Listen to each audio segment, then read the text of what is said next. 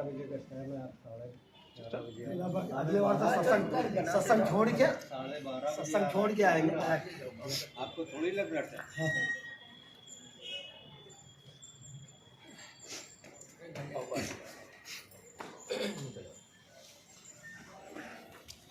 साथियों नमस्कार। आज 21 दिसंबर रविवार की बैठक, इस सप्ताह की, इस महीने की दूसरी बैठक हो रही है।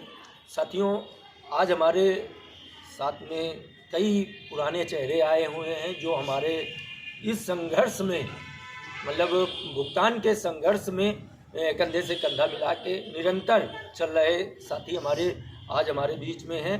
हमारे संजीव भाई आए हुए हैं, राजा सिंह चंदेल जी हैं, हमारे प्रधान जी हैं, और आप भी प्रकाश चंद शुक्ला OFC नहीं, शुक्लागंज से जी। तो कई ऐसे लोग हैं जो निरंतर आ रहे थे, तो बीच में नहीं आ पाए क्योंकि खबर कहीं व्हाट्सएप से या फेसबुक के, क्योंकि सोशल मीडिया के माध्यम से खबर इनको मिलती रहती है। इस वजह से उन खबरों पे अपना देखते रहे और घर में आराम से बैठे रहे, कोई दिक्कत नहीं। आज संघर्ष इस मोड़ पे है क्योंकि 30,000 रुपये तक का साथियों भुगतान, जैसा कि लोगों के पासबुक में आने लगा है, बैंक में आने लगा है, तो कहीं ना कहीं अब खलबली मचने वाली है। और जैसा कि अभी पिछली तारीख में कुछ प्रॉपर्टियां हमारे जो पंजाब की थी, उसके विषय में आप लोगों को बताया था। मनदीप काजला जी का मैंने वीडियो भी शेयर किया था। हालांकि वो पंजाब सरकार जो प्रॉपर्टियां कम रेट पे ले रही थी, वो सुप्रीम कोर्ट ने 8 तारीख तक का मौका दिया है, और जो दूसरी कंपनी है उससे 5% बढ़ के दे रही थी जिंदल ग्रुप, उसके लिए 8 जनवरी को पुनः तारीख है। अब किसको मिलता है वो तो आगे देखा जाएगा। जैसे कि निरंतर फोन आ रहे हैं, वीडियो नहीं देखते हैं लोग, निरंतर फोन आ रहे हैं।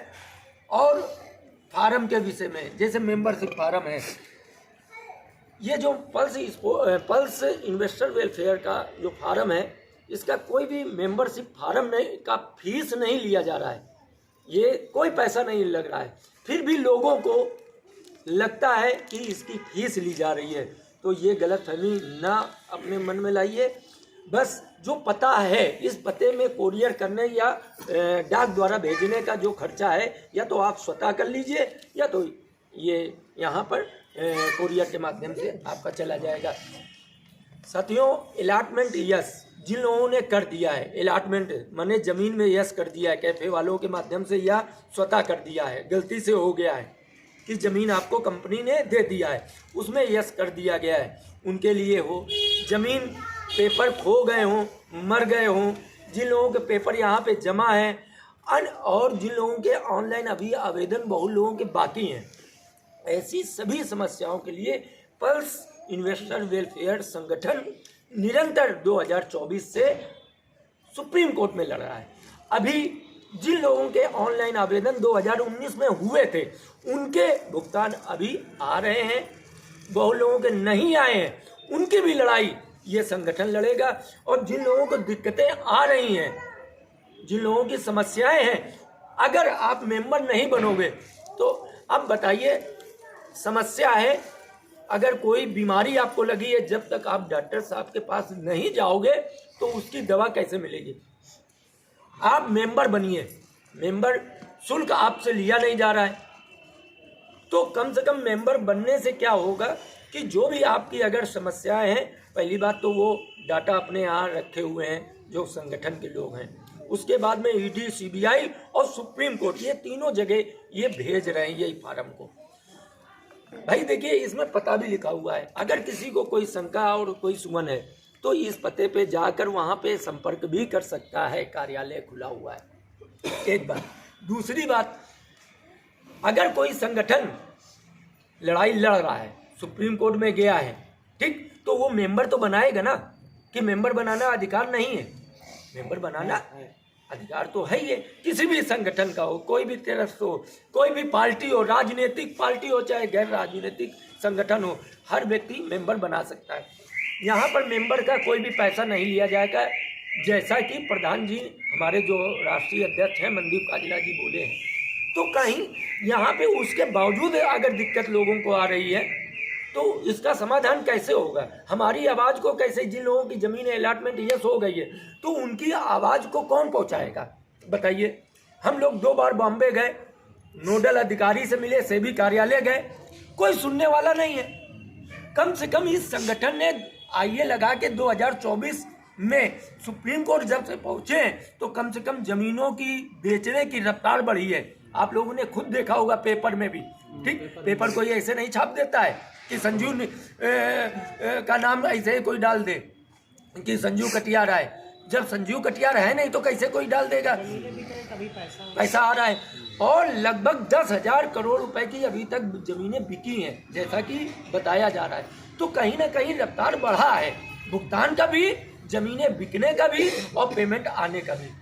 तो कहीं ना कहीं ये महसूस तो होना चाहिए ना।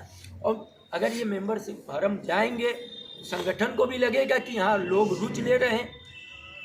कई बार हमने कहा, कई लोग आरोप भी लगाते रहते हैं कि विकास जी देखिए हमारा और हमारे लोगों का पेमेंट फंसा है, भुगतान फंसा है, जो इसकी आवाज़ उठा रहा है, लीगल में हो चाहे सड़क में, हम दोनों जगह हम हाजिर रहते हैं। क्यों?